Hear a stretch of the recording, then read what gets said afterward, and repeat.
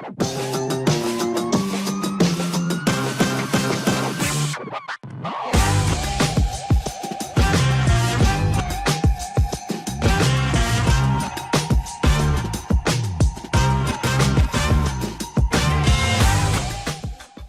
to the Amy Gregory Show, the show where real estate gets a reality check and success doesn't require burnout. I'm Amy, your straight shooting, pep talk in your pocket host who took the real estate world by storm with zero cold calls, no door knocking, and a firm no thanks to working 50-hour weeks. 8 years ago, I jumped into real estate with both feet, 3 kids, and a baby on the way. In my rookie year, I broke every rule in the book, earning 6 figures working just 10 hours a week. The industry was shocked. I wasn't. Now, I lead a powerhouse team of over 500 female solo agents nationwide, host retreats, create online courses, and sit proudly in the top 10 of my brokerage with over 85,000 agents. My mission? To help women like you scale your business, trust your intuition, and redefine what success looks like on your terms. So if you're ready to play big, ditch the hustle culture, and build a business that fits your life, not the other way around, you're in the right place. Let's get into it.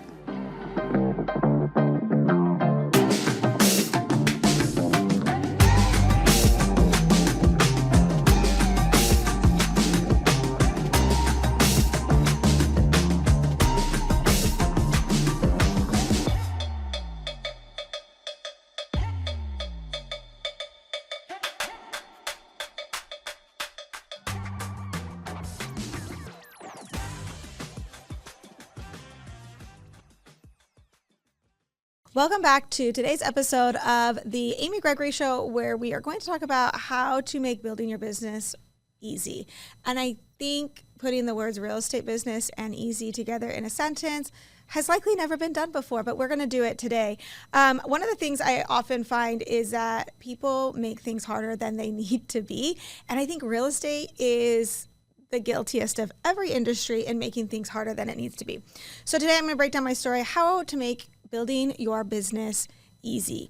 And this starts back with a question I used to ask myself all the time. If you're new here, my name's Amy. I've built a multi-7-figure business with 4 kids, a baby on my hip, part-time hours, take a month off in the summer, all the things that everyone always said, that is actually impossible. But is it impossible? Or do we just pick up the same thought patterns that we've always had? So one of the things we have to understand about how our brain works is our brain is like full of roadways, and some are little tiny paths through a forest and some are actual freeways. And this is, our brain is mapped with thoughts. And the thoughts that we think all the time are freeways inside our brain. And so if you have decided that someone is annoying to you and you have thought that thought 1,372 times, every time you see that person's face, you kind of roll your eyes mentally, or maybe you actually do it physically as well. That thought becomes a freeway in your brain. And so one of the thoughts I think we have inside of real estate is that, oh, it's a really hard industry. Oh, you have to be willing to work 60-hour weeks. Oh, you have to be willing to give up nights and weekends in order to build this business.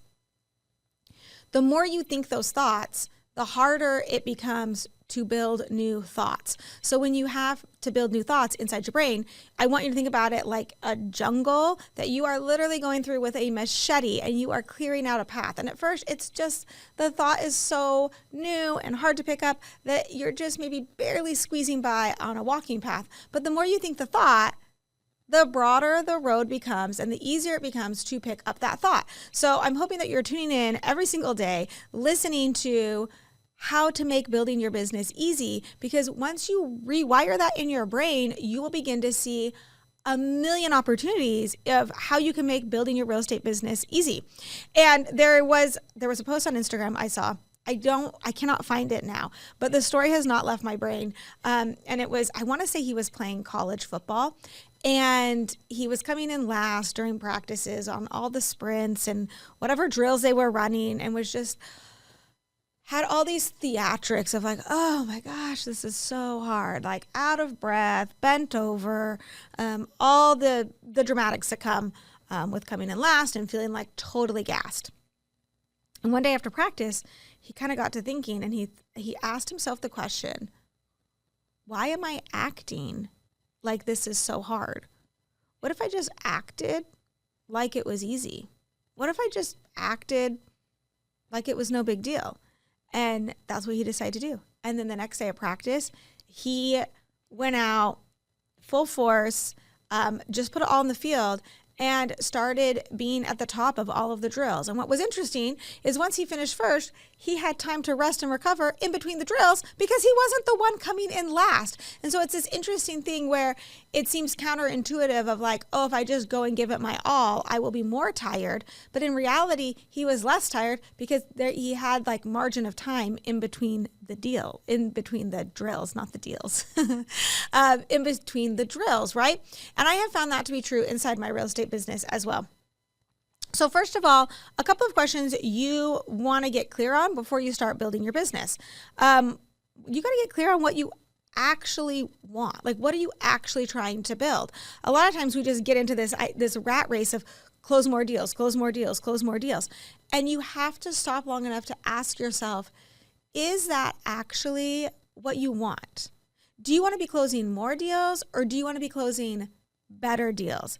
So a couple of questions to ask yourself.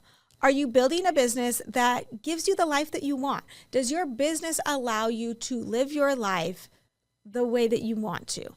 So maybe having family dinner every night is really important to you. Does your business allow you to do that? If the answer is no, you are building the wrong business or you're building your business the wrong way and you need to go back to the drawing board. Next question, does your current business support your future desires? So what are you wanting life to look like in 5 years, in 10 years? And does your current business, is it getting you closer to those goals? So maybe you want to be able to have your spouse quit their job, their 9 to 5, and jump in with your entrepreneurial business. Are you like projecting in that way? Does your business project out? Can you future cast your business to that? If not, you need to restructure how you're building your business. Next question. Have you stopped long enough to ask yourself what you actually want? I think we live in a world where we are consuming information at a pace that we've literally never seen in the history of time. I think the statistic, don't quote me on this, but I think we consume, the amount of information we consume in one day is what our grandparents consumed in a year. And don't quote me on that, but it's something like that. And you can kind of see how that's true. The amount of information that's at our fingertips, while helpful, is also detrimental. So I want you to stop and ask yourself, what do you actually want? And there's this great exercise, and I do this quarterly. There's this great exercise. I call it the what do you want exercise. What do I want exercise? And here's how it goes. Get out a piece of paper, get out a pen or paper. Don't type it on a computer. There is something physiologically that unlocks when you are physically writing with a pen or a pencil on a piece of paper. One, it takes longer for you to write down what you're thinking, which slows your thinking down.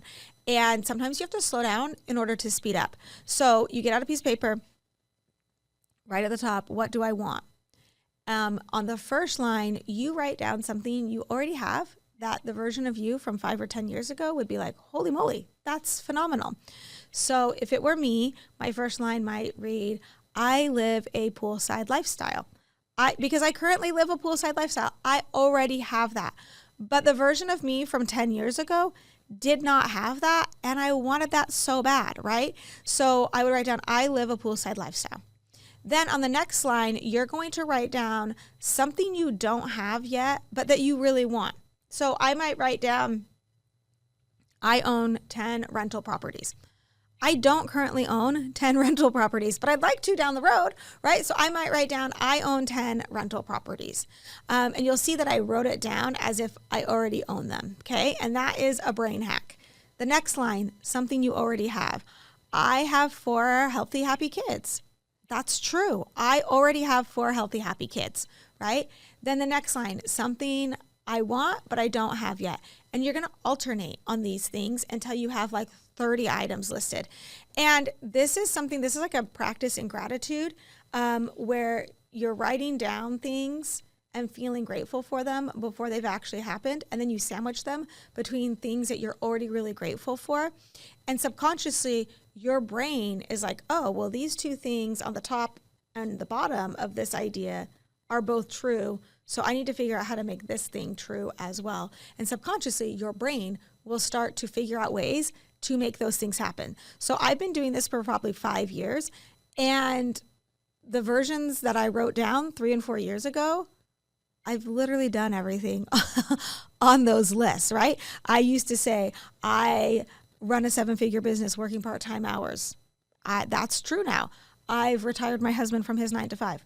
That's also true now. My EXP organization has grown to 500 agents. That's also true.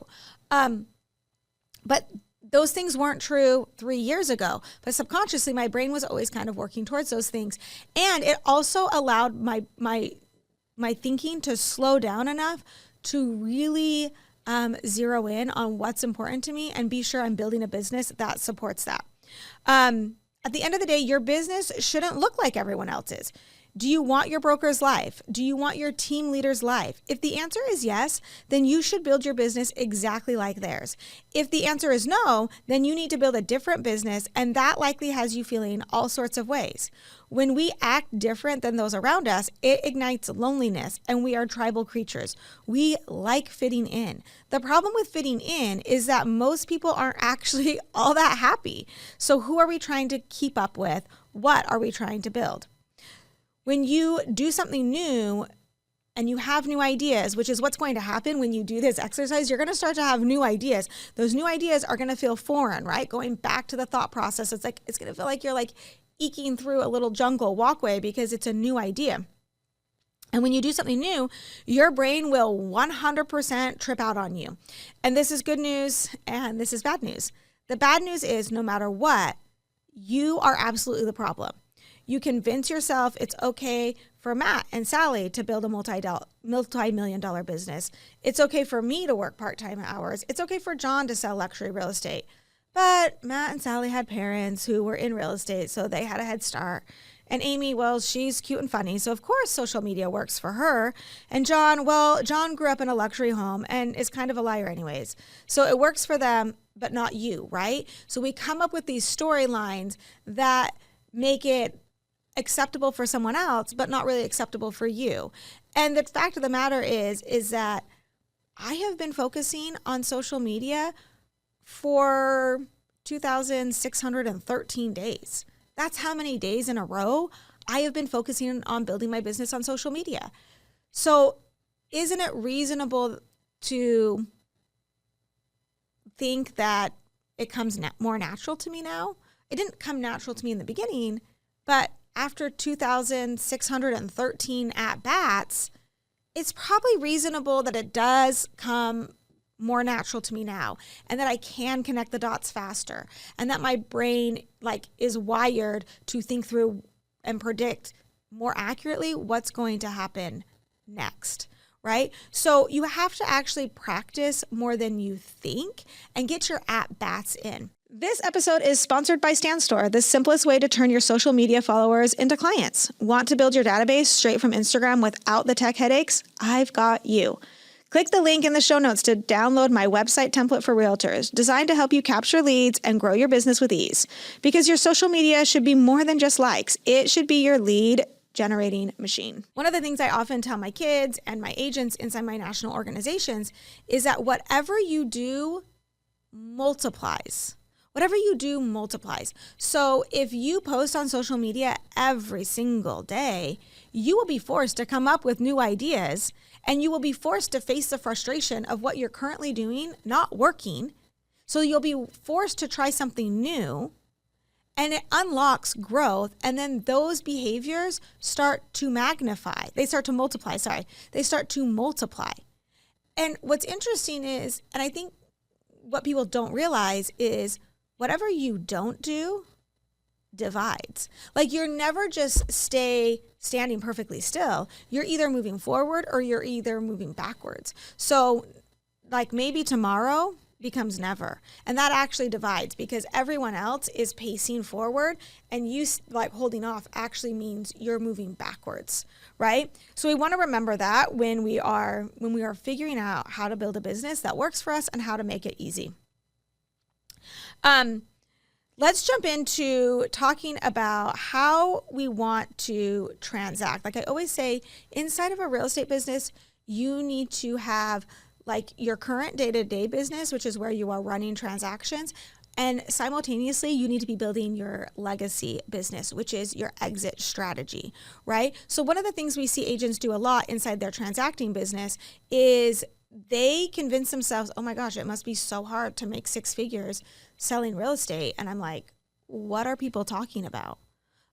In order to sell $5 million in real estate, that means you need to sell 10 $500,000 houses. That's not even one closing a month.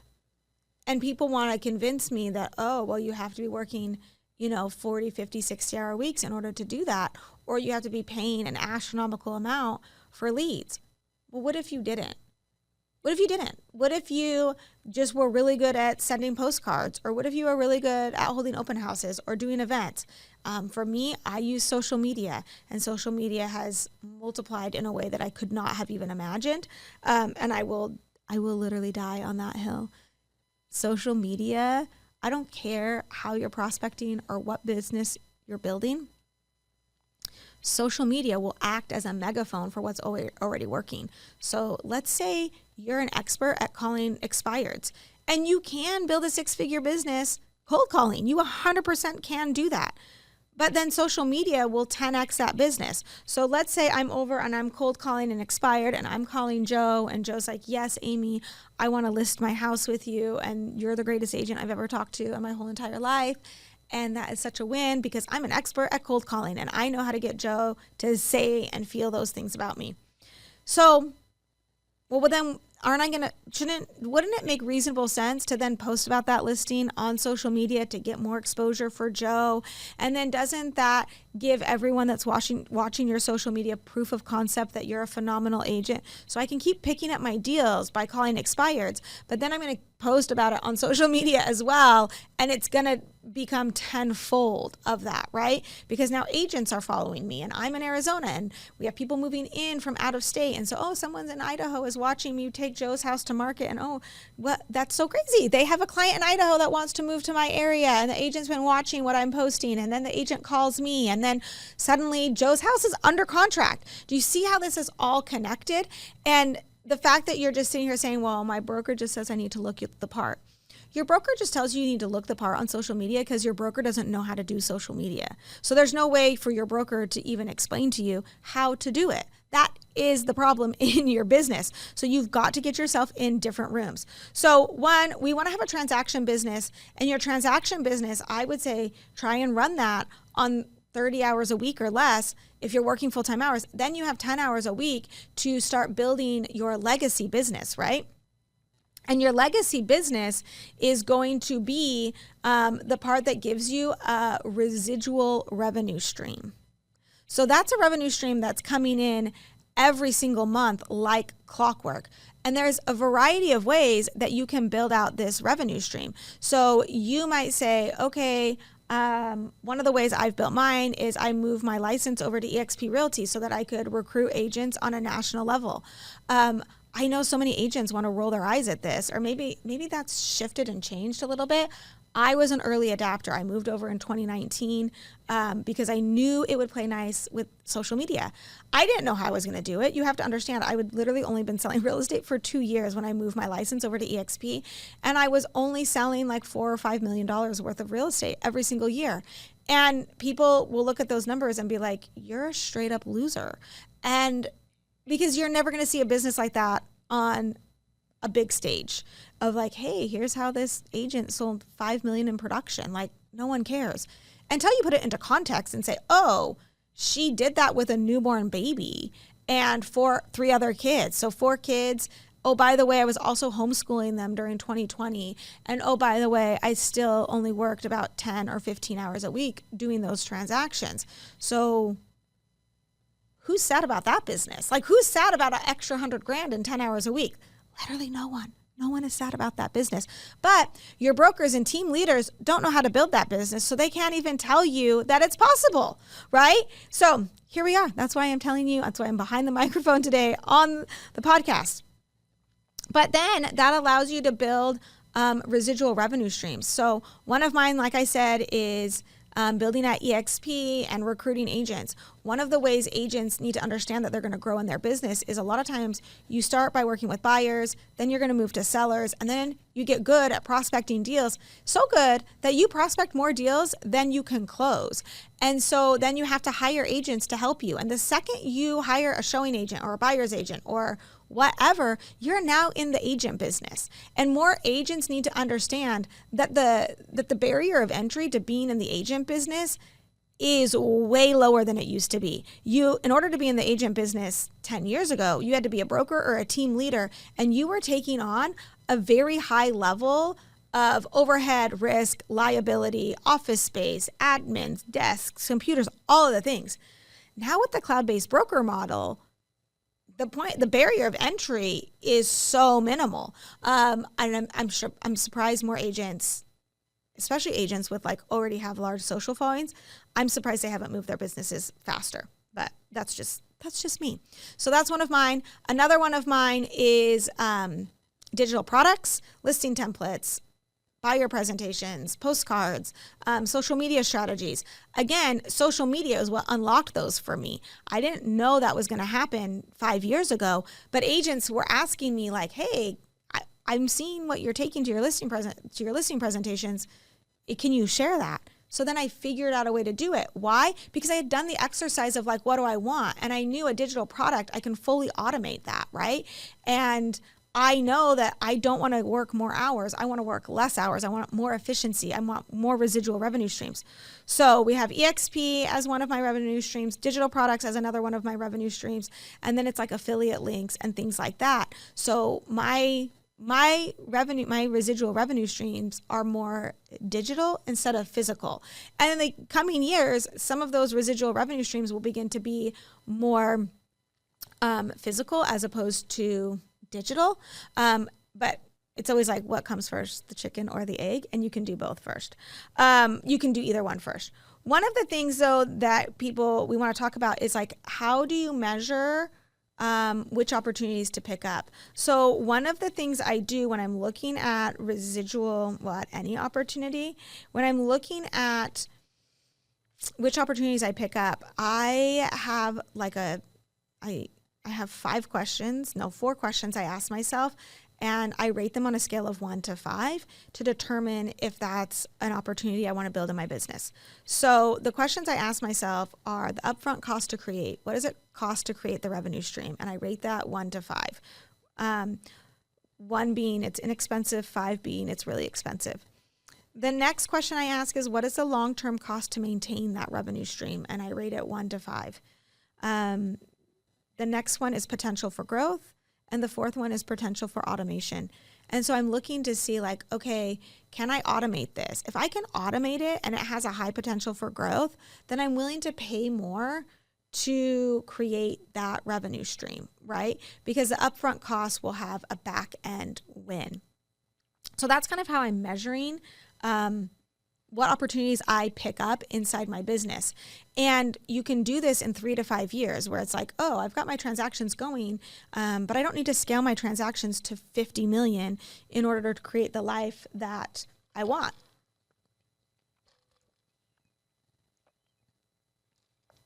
Instead, I can maintain transactions at 10 million, which is where I like to sit right now, and then always be making investments into that legacy business. The fact of the matter is that you need to practice more than you think. People love to say I was lucky or an overnight success, but when I do the math, I've been posting consistently, daily, multiple times a day for 2,613 days. So am I lucky or am I consistent? It doesn't get easier. Every new level has a new hard thing. The hard doesn't ever go away. So the idea that once you figure this thing out, then life will be great is a lie. In all candor, life is already great. And it's not about building the business. It's about you becoming the best version of you. If my entire business went away tomorrow, I would be okay. And that's saying something. It's a multi-million-dollar business. And I'm standing here telling you, if it all disappeared tomorrow, I'd cry for a few, that's for sure. But then guess what I'd do? The same things I'm already doing. I'd start a social media account. I'd use my graphic design skills. I'd use my speaking skills. I'd create new digital products. Your business isn't the biggest asset. You are. So you playing small will ultimately hurt your business, but more importantly, it hurts you. Building a business builds you, and no one can ever take that from you. You could tell me I need to sell chocolate reindeer poop on TikTok, and I pinky promise you, I could do multi-six figures in year one. And by the way, that's a true story. An agent I work with had a client that was in love with a house, and they were young, the wife was pregnant, and he didn't have enough for the down payment. He told her, I want to be in this house by Christmas. I just need to make $100K. And guess what he did? He sold chocolate reindeer poop on TikTok, and 3 months later, he did it in 3 months. He moved in and put his Christmas tree up on December 17th. So when you tell me your business isn't working, I'm going to be the person that says, nah, it's not your business that's not working. It's you. It's you not being consistent. It's you believing your excuses that it's okay for everyone else to scale. It's you accepting mediocre efforts and expecting exceptional results. And to be honest, building a multi-million-dollar business might not be what you want, and that is okay. People ask me all the time, how do you do it all? How do you take a month off in the summer with transactions? Here's the really obvious answer. I don't make as much money that month. I consciously choose to make an investment in my family that month instead of my business. It's a decision I've never regretted. So when we talk about making it easy, in order to make your business feel easy, you have to do the reps. It's like going to the gym. You start with 5 pounds, then you move to 10 pounds, then 15 pounds. You're always actually adding weight to your business. You're always adding resistance to your business. Otherwise, it's not growing. And yes, when you do that in the gym, your muscles are sore. The same is true in your business. It is sore. It's hard work. But something really interesting happens. Your capacity increases. The weight doesn't change. Well, the weight does change at the gym. It gets heavier. But the magic is that you are now strong enough to carry that weight. But you have to start with the 5-pound reps.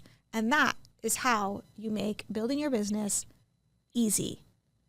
I'm Amy Gregory. Thank you so much for joining us today. Make sure you like and subscribe and share this with your friends. Thanks for being here.